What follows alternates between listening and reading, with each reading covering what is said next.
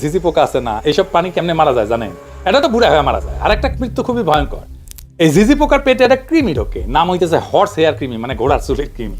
হ্যাঁ এডিটর সাহেব, ঘোড়ার আবার একটা হাসি দেওয়া লাগবে, তার চুলের কৃমি, সেটাও একটা বিষয় হয়েছে এপিসোডের, এটা হাসি দেয় না। যাই হোক, ভালোই হয়েছে। এটা লম্বা সুতার চুলের মতো দেখতে, পরজীবী কৃমি, সাধারণত পোকামাকড়ের ভেতরে বড় হয়। এই কৃমির জীবন চক্র শেষ করার জন্য পানির দরকার হয়, এটা মনে রাখেন, আমরা ফিরে আসবো এই জায়গায়। তো এই ঝিঝি পোকা, এই কৃমির ডিম সংক্রমিত পোকা যদি খেয়ে ফেলে, তাহলে এই ডিমটা শরীরে ঢুকে পড়ে ঝিঝি পোকা। এই ডিমটা ঢোকার পরে ঝিঝি পোকার পেট ভেদ কইরা শরীরের ভিতরে ঢুকে যায়। সেখানে আস্তে আস্তে আস্তে আস্তে বড় হইতে থাকে, বড় হইতে থাকে, বড় হইতে থাকে, শরীরের ভিতরে পুরা শরীর খায়া ফেলে। ঝিঝি পোকার শরীরের ভিতরে প্রায় পুরা জায়গা দখল করে নেয় এই কৃমিটা। এই কৃমি এতই বড় হয় যে অনেক সময় এই কৃমির দৈর্ঘ্য ঝিঝি পোকার শরীরের চাইতে কয়েক গুণ বেশি হয়ে যায়। তো ঝিঝি পোকা যা খায় তার পুষ্টি কৃমি শুষে নেয়। ঝিঝি পোকা ধীরে ধীরে দুর্বল, অপুষ্ট, নিয়ন্ত্রণহীন হয়ে পড়ে। অসুস্থ শরীর, দূষিত রক্ত হয়ে বামেরা উঠে দাঁড়াইতে চাইবে, এই দাঁড়াইতে চাওয়ার সাথে শক্তভাবে বিএনপি পাশে দাঁড়াইতেছে, এটাই সমস্যা। আওয়ামী লীগ তার ফ্যাসিস্ট শাসনের বৈধতা উৎপাদনের জন্য ৭১কে ব্যবহার করেছিল। বিএনপি মনে করতেছে তারা ৭১কে ব্যবহার করে তার প্রধান প্রতিপক্ষ জামাতকে ঘায়েল করে দিবে। কামটা করলে বিএনপি ভালো করতেছে। বিএনপির হারাইতে বাংলাদেশের জনগণের বেশি বেগ পাইতে হবে না। কারণটা এইটা না যে ৭১ বিএনপি বিরোধী শক্তিকে বিব্রত করবে, কারণটা হইতেছে এই সফট পলিটিক্যাল অস্ত্রকে বিএনপি কিভাবে ইউজ করবে সেটা না জানা। এই সফট অস্ত্র ভালো মতো ইউজ করতে না জানলে নিজের হাতেই ফাইটা যেতে পারে। ৭১ নিয়ে আমার কিঞ্চিত লেখাপড়া আছে, মানে মুক্তিযুদ্ধের বয়ানে ইসলাম লেখার সময় আমি ৭১-এর এমন কোনো প্রকাশিত দলিল নাই যেটা খুঁটায় খুঁটায় পড়ি নাই। তো এটা পড়ে যা বুঝেছি যে ৭১-এর ইতিহাস এত মিছা কথা দিয়ে ভর্তি, এত কন্ট্রাডিকশনে ভর্তি, এত বাটপাড়িতে ভর্তি যে এইটারে হুতায় দেওয়া পানি ভাতের কাজ। বদরুদ্দিন ওমরি কইছেন যে ৭১-এর ইতিহাস ৯০% মিছা কথা। এই ইতিহাসের চেতনারে উড়ায় দেওয়া, জয় বাংলা কইরা দেওয়া বা হাতের কাজ। ৭১-এর নৌকায় বৈশা আওয়ামী লীগ যে কিনা ৭১-এর ফার্স্ট ডিভিশনের প্লেয়ার সেই ডুবিছে, আর ৭১-এর সেকেন্ড ডিভিশনের প্লেয়ার বিএনপি আরো ডুববি। এখন অনেকে কইতে পারে তাইলে আমরা ৭১ নিয়ে করমুটা কি? এর কথা কমু না? অবশ্যই কমু, অনেক বেশি কমু। ৭১-কে একটা বিগেস্ট হিস্টোরিক ইভেন্ট হিসাবে আমাদের লেন্সে পাঠ করা লাগবে, আমাদের নিজেদের চোখে দেখা লাগবে, ইন্ডিয়ার চোখে না, আওয়ামী লীগের চোখে না, বাটপাড়ি আর মিথ্যাচারের লেন্সে না। তাহলে সেটা কেমন হবে? কোন লেন্সে? আমাদের নিজেদের লেন্সে, আমাদের নিজেদের চোখে। আমাদের নিজেদের চোখে দেখাটাই সারা দুনিয়া নেবে, বাংলাদেশের বেশিরভাগ মানুষ নেবে। আপনারা দেখেছেন ১৯৭১ নিয়ে ৬ দফা নিয়ে, ভাষা আন্দোলন নিয়ে আমি মেলা বাংকার ব্লাস্টার এপিসোড করেছি, আমাদের গেলাইছে অনেক, কিন্তু পাল্টা আর্গুমেন্ট কিন্তু কেউ তুলতে পারে না। আজকেও আমি এমন একটা জায়গা নিয়ে আলাপ করব সংক্ষেপে, এই আলাপটা পরে আরো বিস্তারিত করা যেতে পারে, কিন্তু দেখবেন যে এইভাবে আগে ভাবা হয় নাই। শুরুতে একটা এক্সাম্পল দেখায়নি। কেন বিএনপি ৭১ নিয়ে কোনো বয়ান তৈরি করতে পারবে না? হাতে নাতে দেখাই দেবো, দেখাবো, আসেন দেখাই। বিএনপি একটা ভিডিও বানাইছে তার নির্বাচনী ক্যাম্পেইনের জন্য, প্রচুর আবেগ নিয়ে বানানো। থিম হইতেছে মুক্তিযুদ্ধ আর ২০২৪ দুই জেনারেশনের দুই আহত যোদ্ধা কিভাবে দেশের জন্য কাজ করবে বা করতেছে। এইটা সাহেব দেখান, ওই অংশটা দেখান। কিভাবে হলো?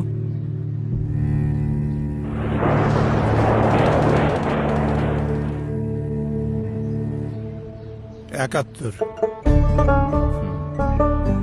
আর তোমারটা? ২৪।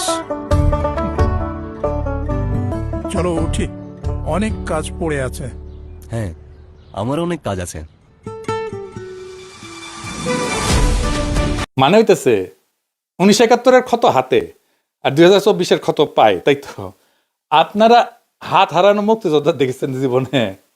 কদাচিৎ দেখতে পারেন, আমি দেখি নাই।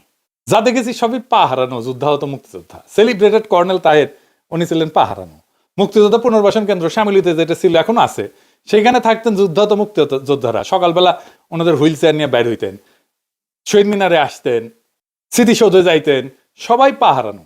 এইটা সাহেব যুদ্ধাহত মুক্তিযোদ্ধার লিখে সার্চ দেন না গুগলে, দেখেন সবাই হুইল চেয়ারে। এইটা যুদ্ধের স্বাভাবিক ক্যাজুয়ালিটি। যুদ্ধে পা হারায় বেশি যুদ্ধাহতরা।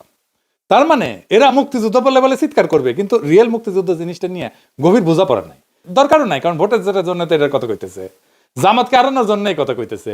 মাথার মধ্যে এটা নাই কি বলে জামাতের শক্ত রাজনৈতিক বিরোধিতা করা যায়। ভোটের জন্য কিন্তু আসলে রাজনৈতিক বিরোধিতারও দরকার নাই। আপনারা হাদির ক্যাম্পেইন দেখছেন না? হার্ডকোর পলিটিক্স নিয়ে ক্যাম্পেইন করছে। এরা টাকা দিয়ে নমিনেশন কিনে, টাকা ছড়া ইলেকশনে যেতে, তারপরে ৫ বছর ধরে লুটপাট করে। তার জন্য দরকার কুইক ফিক্স, সহজে করা যায় এমন রাজনৈতিক খাবার।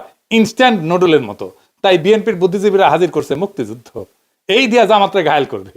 আওয়ামী লীগ ৭১ দিয়া ফ্যাসিবাদের বৈধতা উৎপাদন করছে, বিএনপি ৭১ দিয়া জামাতকে মারতে চায়। দুই পক্ষই ৭১কে একটা পলিটিক্যাল ইনস্ট্রুমেন্ট বানাইছে ভোটে জেতার জন্য, তার রাজনৈতিক লক্ষ্য হাসিল করার জন্য।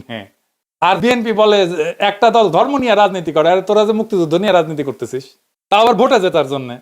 2024-কে দাঁড় করাবে 1971-এর লিগ্যাসি বা উত্তরাধিকারের উপরে। 1971-এর লিগ্যাসির উপরে 2024 দাঁড়ায় নাই। 1971-এ যারা সিপাহসালার তারা জিয়াউর রহমানকে রাজাকার বলতো, 1971-এর খেতাব কাইরে নিছে জিয়াউর রহমানের। আর সবাই ফ্যাসিবাদের সফটওয়্যার হার্ড পাওয়ার ছিল। 1971-এর নামে আমাদের উপরে ফ্যাসিবাদ চাপাই দেওয়া হয়েছে। 2024-এ দেখেছেন কেউ এসে বলছে আমি মুক্তিযোদ্ধা, আমি হাসিনা এই শাসনের বিরুদ্ধে, হাসিনার বিরুদ্ধে লড়াই করেছি বলছে? বলে নাই। এই বিপ্লবের স্ফুলিঙ্গই তৈরি হয়েছিল মুক্তিযোদ্ধার সন্তানেরা চাকরি পাবে না তো রাজাকারের বাচ্চারা চাকরি পাবে, এই কথায়। 2024-এর বর্ষা বিপ্লবকে এই যে আনিস আলমগীর নারকীয় সন্ত্রাস বলছে, সেও নিজেকে মুক্তিযোদ্ধার সন্তান দাবি করতো। যাই হোক, 1971 কোন বয়ান আমরা তৈরি করব, আজ এইখানে আলাপের একটা অংশ থাকবে। কিভাবে আমরা আওয়ামী আর ইন্ডিয়ান বয়ান উতরাই যেতে পারবো, তার বাইরে 1971 নিয়ে আমাদের নিজেদের বয়ান তৈরি করতে পারবো। আসেন সেটা একটু বুঝে দেখি। 1971 একটা ঐতিহাসিক বাস্তবতা। 1971-কে অস্বীকার করা সম্ভব না, কেউ করেও না। বলার চেষ্টা করে, যদি কেউ বলে সূর্য নাই, তাহলে তো সূর্য আকাশ থেকে হাওয়া হয়ে যায় না, তাই না? এটা ঘটনা ঘটছে। 1971-এ কি হয়েছিল? 1971-এ পূর্ব পাকিস্তানের স্বায়ত্তশাসনের আন্দোলন স্বাধীনতার আন্দোলনের রূপ নেয়। কিন্তু এটাও সত্য, পাকিস্তান ভাঙার জন্য মুজিব নিজে ভারতের সাথে ষড়যন্ত্র করছে। আগরতলা ষড়যন্ত্র করেনি, আগরতলা ষড়যন্ত্র মামলা হয়েছে না? পাকিস্তান যেন ব্যর্থ রাষ্ট্র হয়, সেই জন্য মুজিব চেষ্টা করছে ভারতের সাহায্য নিয়ে। ভারত সবসময় সাহায্য করে গেছে। পাকিস্তান হইল কমিউনিস্টরা কু করার চেষ্টা করলো, উত্থান ঘটলো আইয়ুব খানের।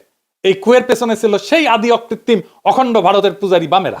ওই কুনা হইলে পাকিস্তানে আর্মি এইভাবে এতদিন সামরিক শাসন চালাইতে পারে না। তবে পাকিস্তানকে ধোয়া তুলসী পাতা তা তো ছিল না।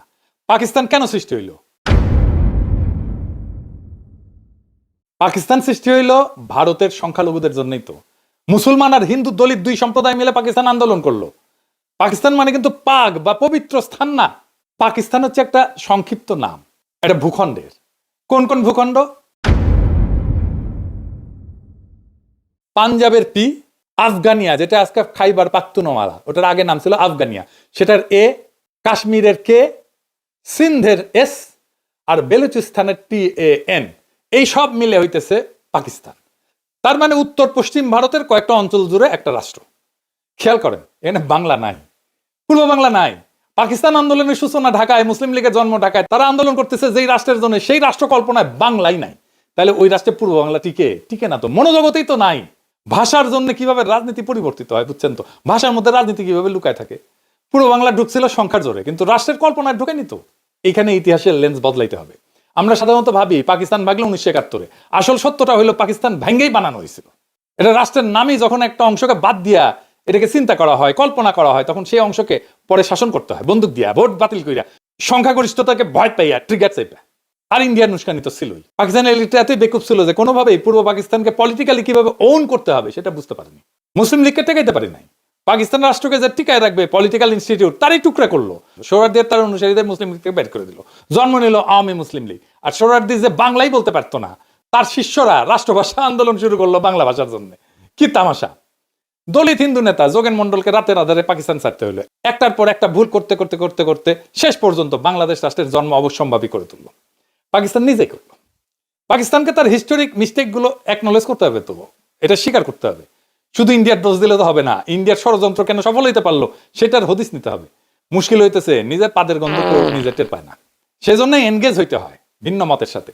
পাকিস্তান ট্রুলি এনগেজ হয়েছে বাংলাদেশের সাথে, বাংলাদেশের ইন্টেলিজেন্সিয়ার সাথে, বাংলাদেশের সিভিল সোসাইটির সাথে, বাংলাদেশের একাডেমিয়ার সাথে, বাংলাদেশের মিডিয়ার সাথে। হয়নি, এখনো হয় না। ইন্টেলেকচুয়াল এনগেজ হয়নি। হইলে ইন্ডিয়ার এই বারবারন্ত অনেক এফিসিয়েন্টলি ঠেকাইতে পারতাম আমরা বাংলাদেশে। এখন 71-এর সবচেয়ে বড় ট্র্যাজেডি কি, এটা আমাদের বুঝতে হবে।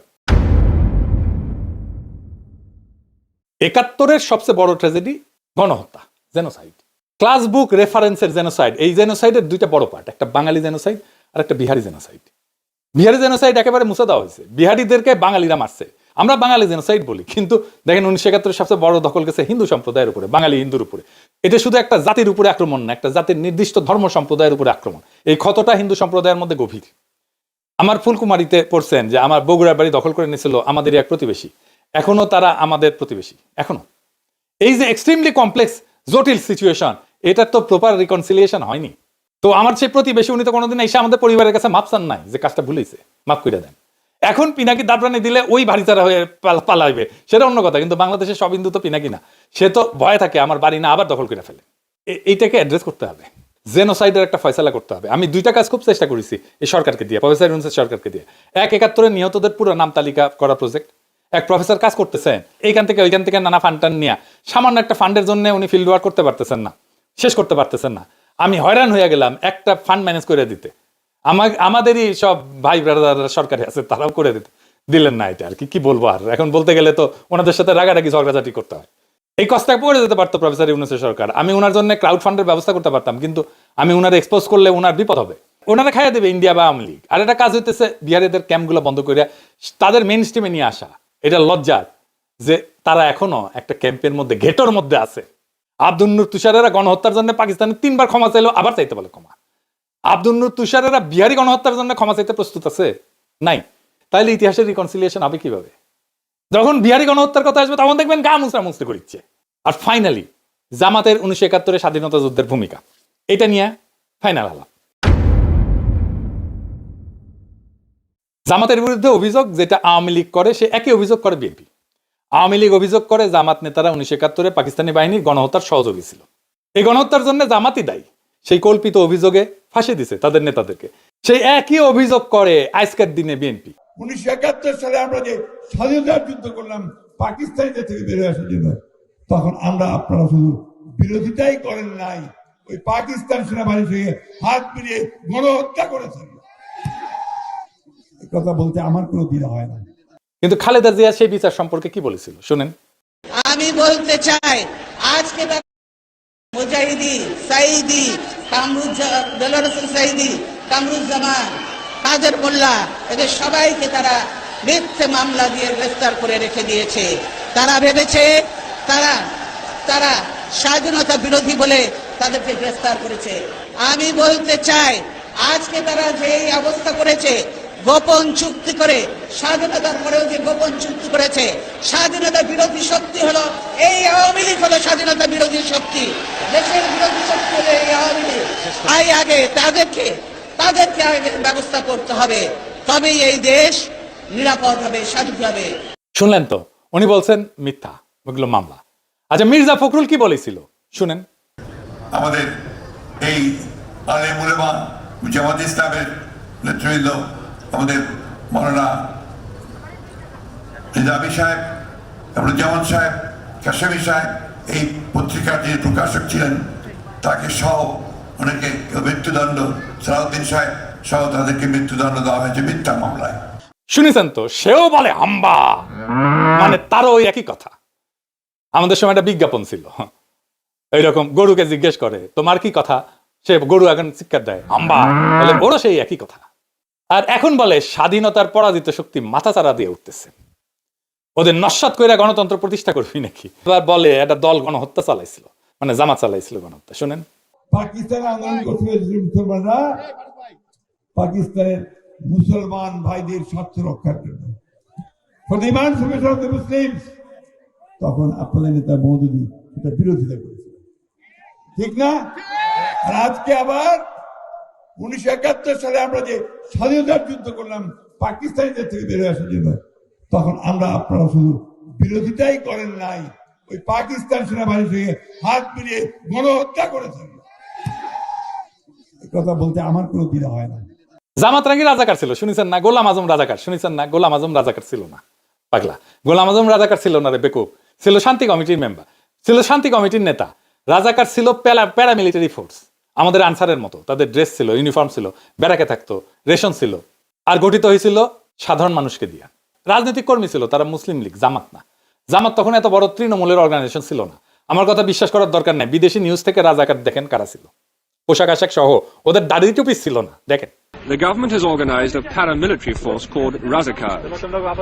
The Razakars' main duties are roadblocks, often carried out with a great show of force, and sentry duties around the main government installations. Some recruits to the Razakars are students, but many come from the militant wing of the Muslim League, who were responsible for much of the murder and the burning of villages which followed March the 25th. They are all East Bengalis and are paid by the government direct. But no one knows just how loyal they would be to the government if that loyalty was ever under stress. দেখেছেন এই মুসলিম লীগের পুরাটাই বিএনপির ঢুকিছে। মির্জা ফখরুলের বাবাই তো মুসলিম লীগার ছিল, পাকিস্তানের মন্ত্রী ছিল। আমির খসরু মাহমুদের বাবা মুসলিম লীগার ছিল। মির্জা ফখরুল দাবি করে তার বাবা 1971 শরণার্থী শিবিরে ছিলেন, একজন পাকিস্তানের মন্ত্রী। মুসলিম লীগ করার লোক কেন ইন্ডিয়া পালাবে 1971-এ? তার উপরে যায় শরণার্থী শিবিরে থাকবে। চুপে চাপে মিলানো যায়? আপনার কমন সেন্স কি বলে? যাই হোক, আমরা ওইদিকে না যাই। জামাতের ভূমিকা ছিল দুইটা জায়গায়, শান্তি কমিটি আর আলবদরে। এখন এই আলবদরকে দায়ী করা হয় বুদ্ধিজীবী হত্যায়। এই দাবিটা প্রমাণ করা মুশকিল অনেক কয়টা কারণে। কে দোষী আমি সেটা ঠিক করব না, আমি দেখাইতেছি রাষ্ট্র কিভাবে মিথ্যা দিয়ে ইতিহাস বানায়। আসেন ওই অংশটুকু একটু দেখি। আমি আলবদর বলছি বলে একটা বই আছে, একজন আলবদর ছিল সেই লিখছে। সে বলতেছে যে তাকে গ্রেপ্তার করা হয়েছিল, জেলে ছিল সে। গ্রেপ্তার করা হইল, তারে ইন্টারোগেট করা হয়েছে, তার কাছ থেকে তথ্য নেওয়া হয়েছে, কিছুই নেওয়া হয় না। তাইলে তো তার কাছে কিছু এভিডেন্স থাকতো, বলতেছে আলবদর। কিন্তু আলবদর তো ধরছিলা, তারা জেলেও রাখছিলা, তো তারা ইন্টারোগেট করে, তার তথ্য নাও নেই, সে তথ্যটা ভেরিফাই করো নাই, ক্রস চেক করো নাই কেন? কার দোষ এটা? আমি আপনাকে ডিসেম্বরে একটা ক্লিপ দেখাই, সেখানে সাংবাদিক, বিদেশি সাংবাদিক বলতেছে ঢাকায় ডিসেম্বরের শুরুর দিকের কথা, এটা প্রত্যেক দিন মুক্তিবাহিনীর সদস্যরা কম করে 5টা রাজনৈতিক হত্যাকাণ্ড করতেছে। শোনেন, There are between 80 and 100,000 Mufti Bahini operating within East Pakistan. And in the last few months, they've blown up 165 bridges, large and small, have damaged 5 cargo boats, including one British boat from Calcutta, have sunk a 1,600-ton jute barge, and have blown up a power substation. And they have committed, in Dakar alone, 6 political assassinations every day. তার মানে ঢাকার মধ্যে শক্তিশালী অবস্থান তৈরি করে ফেলছে গেরিলারা। এইখানে স্বাধীনতার পক্ষের বুদ্ধিজীবীদের ধরে নিয়ে যাইতেছে কয়েকদিন ধরে। কোথায় নিয়ে যাইতেছে সেটাও ফ্যামিলি মেম্বাররা জানে, কিন্তু অনেক ক্ষেত্রেই, মনির চৌধুরীর ক্ষেত্রেই জানে। ফিজিক্যাল ট্রেনিং সেন্টারে নিয়ে যাওয়া হয়েছিল মোহাম্মদপুরে। তো মুক্তিযোদ্ধারা তো অপারেশন চালাবে সেই ফিজিক্যাল ট্রেনিং সেন্টারে, ঠিক কিনা বলেন? তারা ডেইলি 5 জন করে মারতে পারে ঢাকায়, আর ফিজিক্যাল ট্রেনিং সেন্টারে হামলা করে উদ্ধার করতে পারে না। উদ্ধার করতে না পারুক, হামলা তো করতে পারতো, কেন করলো না? ঢাকা শহরে মুক্তিযোদ্ধা কি কম ছিল? এখন তো কত মুক্তিযোদ্ধা, সবাই মিলে যদি ওইখানে হামলা করতো। দেশ স্বাধীন হইলে এই বুদ্ধিজীবী পরিবাররা মুজিবের অফিসের সামনে বিক্ষোভ করে, ওইখানে মুজিব আসে। জয়রায়ের বোন ছিল নাফিসা কবি, তাকে উদ্দেশ্য করে মুজিব বলছিল যে অনেকে তো দালালি করে মারা গেছে এই বুদ্ধিজীবী সম্পর্কে। এরা পান্না কাইসাল লিখে গেছে, স্বাধীনতা বিরোধীরা লিখে যায় নাই। জামাতের অনেকে বলে ইন্ডিয়ানরা মারছে। এই বয়ানটা মিলে পাকিস্তানের হামুদুর রহমান কমিশনের রিপোর্টে যখন তারা রাও ফরমান আলীকে প্রশ্ন করে, রাও ফরমান আলীকে জানেন তো এই বুদ্ধিজীবী হত্যার জন্য দায়ী করা হয়। হামিদুর রহমান কমিশনে বলা হয়েছিল বাংলাদেশের সরকার যেন তাদেরকে এভিডেন্স দেয় বুদ্ধিজীবী হত্যার সাথে কারা কারা জড়িত ছিল। পাকিস্তানের কাগজে কলমে হইলেও এটা সদিচ্ছা ছিল, তো করে নাই কেন বাংলাদেশ? এটা তো এখনো করা সম্ভব, যৌথ কমিশন করে অনুসন্ধান করে। জামাত ইসলামকে ক্ষমতা আসলে এইটার একটা ট্রান্সপারেন্ট তদন্ত করতে হবে, তদন্ত হস্তক্ষেপ করা যাবে না, আন্তর্জাতিক তদন্ত হইতে হবে। বিএনপিও করতে পারে, ক্ষমতায় তো ছিল, করে নাই কেন তদন্ত? 71 নিয়ে 2টা অমীমাংসিত বিষয় আছে, জ্বলন্ত বিষয় আছে। একটা গণহত্যার সংখ্যা, কতজন মারা গেছে, কতজন শহীদ হয়েছে, আর একটা বুদ্ধিজীবী হত্যার দায় কে করছে আসলে।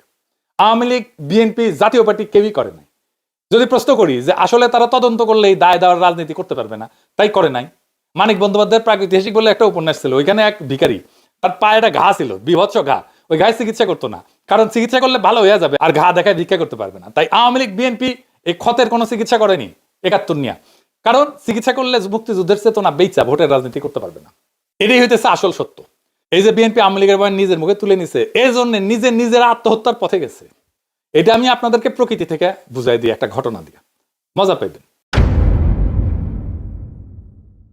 ঘাস ফড়িং, ঝিঝি পোকা আছে না, এইসব প্রাণী কেমনে মারা যায় জানেন? এটা তো বুড়া হয়ে মারা যায়। আর একটা মৃত্যু খুবই ভয়ঙ্কর। এই ঝিঝি পোকার পেটে একটা কৃমি ঢোকে, নাম হইতেছে হর্স হেয়ার কৃমি, মানে ঘোড়ার চুলের কৃমি। এডিটর সাহেব, ঘোড়ার আবার একটা হাসি দেওয়া লাগবে, তার চুলের কৃমি, সেটাও একটা বিষয় হয়েছে এপিসোডের, এটা হাসি দেয় না। যাই হোক, ভালোই হয়েছে। এটা লম্বা সুতার চুলের মতো দেখতে, পরজীবী কৃমি, সাধারণত পোকামাকড়ের ভেতরে বড় হয়। এই কৃমির জীবন চক্র শেষ করার জন্য পানির দরকার হয়, এটা মনে রাখেন, আমরা ফিরে আসবো এই জায়গায়। তো এই ঝিঝি পোকা, এই কৃমির ডিম সংক্রমিত পোকা যদি খেয়ে ফেলে, তাহলে এই ডিমটা শরীরে ঢুকে পড়ে ঝিঝি পোকা। এই ডিমটা ঢোকার পরে ঝিঝি পোকার পেট ভেদ কইরা শরীরের ভিতরে ঢুকে যায়, সেখানে আস্তে আস্তে আস্তে আস্তে বড় হইতে থাকে, শরীরের ভিতরে পুরা শরীর খায়া ফেলে। ঝিঝি পোকার শরীরের ভিতরে প্রায় পুরা জায়গা দখল করে নেয় এই কৃমিটা। এই কৃমি এতই বড় হয় যে অনেক সময় এই কৃমির দৈর্ঘ্য ঝিঝি পোকার শরীরের চাইতে কয়েক গুণ বেশি হয়ে যায়। তো ঝিঝি পোকা যা খায় তার পুষ্টি কৃমি শুষে নেয়। ঝিঝি পোকা ধীরে ধীরে দুর্বল, অপুষ্ট, নিয়ন্ত্রণহীন হয়ে পড়ে, অসুস্থ শরীর, দূষিত রক্ত হয়ে পড়ে। সবচেয়ে ভয়ঙ্কর ধাপ হইতেছে এই কৃমি ঝিঝি পোকার মাথা, মগজ নিয়ন্ত্রণ করে, চিন্তা নিয়ন্ত্রণ করে, মাইন্ড কন্ট্রোল করে। কিভাবে? এই কৃমি ঝিঝি পোকার স্নায়ুতন্ত্রে একটা রাসায়নিক সংকেত দেয়, এটাকে বলে ডাক্তারি ভাষায় বলে নিউরোঅ্যাক্টিভ কম্পাউন্ড। ফলে ঝিঝি পোকার স্বাভাবিক ভয়ের প্রতিক্রিয়া নষ্ট হয়, ঝিঝি পোকা পানিকে ভয় পায়, কিন্তু তখন পানির দিকে আকৃষ্ট হয়ে যায়। স্বাভাবিকভাবে পানি এলায় চলে, কিন্তু ওইটার জন্য সে পানির দিকে যাইতে থাকে, পানির দিকে যাইতে থাকে ঝাঁপ দেওয়ার জন্য। তারপরে পানিতে ঝাঁপ দেয়, ঝিঝি পোকা ঝাঁপ দিয়ে মারা যায়। তখন ওই কৃমি ঝিঝি পোকার পাছা ফুইরা বের হয়ে আসে, ঝিঝি পোকা মারা যায়, আর কৃমি তার নতুন আশ্রয়ের খোঁজে যায়। ঝিঝি পোকা হইতেছে বিএনপি, আর ইন্ডিয়ান আওয়ামী লীগ হইতেছে ওই কৃমি, সেকুলার, সেন্ট্রিস্ট, লিবারাল, ডেমোক্রেট কৃমি, যেমন ওয়াকারের পথবালক তাসনিম খলিল, এরা ঢুকিছে। এরা সেই কৃমি বিএনপি ঝিঝি পোকার মধ্যে ঢুকিছে। আর মুক্তিযুদ্ধের চেতনা হইতেছে সেই নিউরোঅ্যাক্টিভ কম্পাউন্ড, সেই ইন্ডিয়ান ন্যারেটিভ, যেটা দিয়ে আওয়ামী লীগ আর ইন্ডিয়া বিএনপির মস্তিষ্ক নিয়ন্ত্রণ করতেছে। বিএনপির মধ্যে তো ইন্ডিয়ান র আছে, আমার কথা না, এটা বিএনপির নেতার কথা, বড় নেতার কথা, আলতাফ ভাইয়ের কথা শুনেন। বিএনপির কিছু লোক আছে যারা নন আননোন না, নূতন না, পুরানা, নন রয়ের এজেন্ট, নন রয়ের এজেন্ট। তারা এই দেশে যদি 100 টাকা কামাই করে, 90 টাকা তারা ইন্ডিয়াতে পাঠায়। এখন বিএনপি ঝিঝি পোকার মতো পানির দিকে ঝাঁপ দিতে যাইতেছে। আগামী নির্বাচনে ভরাডুবি হইলে বিএনপির পাছা ফাইটে আওয়ামী লীগের কৃমি বের হয়ে আসবে পরিপুষ্ট হইয়া। বাংলাদেশে আবার আওয়ামী লীগের পুনর্জন্ম হবে, বাংলাদেশের একটা ট্রু ন্যাশনালিস্ট পলিটিক্যাল পার্টির ধ্বংস কইরা তার ধ্বংসস্তূপ থেকে আওয়ামী লীগ উত্থিত হবে। এইভাবে ঠিক যেইভাবে মুসলিম লীগ ধ্বংস হয়েছিল, তার মধ্যে থেকে আওয়ামী লীগ বাড়াইছিল। এখন তাই আমাদের বৃহত্তর রাজনৈতিক ফ্রন্ট করা ছাড়া উপায় নাই। বিএনপি শেষ, বাংলাদেশের স্বাধীনতা সার্বভৌমত্ব রক্ষার জন্যই আমাদের লাগবে একটা নতুন ন্যাশনালিস্ট ফ্রন্ট। আগামী নির্বাচনে সেই ফ্রন্টকে আমাদের সর্বশক্তি দিয়ে জয়যুক্ত করতে হবে, না হলে বিএনপি ঝিঝি পোকার পেট থেকে বাইরে হওয়া আওয়ামী কৃমি আমাদের দেশটা আবার ধ্বংস করে ফেলবে। এইটাকে কি আমরা হইতে দেব? কখনোই না। এইটাকে আমাদের থামাইতে হবে, বাংলাদেশ রাষ্ট্রটাকে আমাদের রক্ষা করতে হবে। এটাই জুলাই, এটাই 2024-এর বর্ষা বিপ্লবের শিক্ষা। আমরা বাংলাদেশকে রক্ষা করব।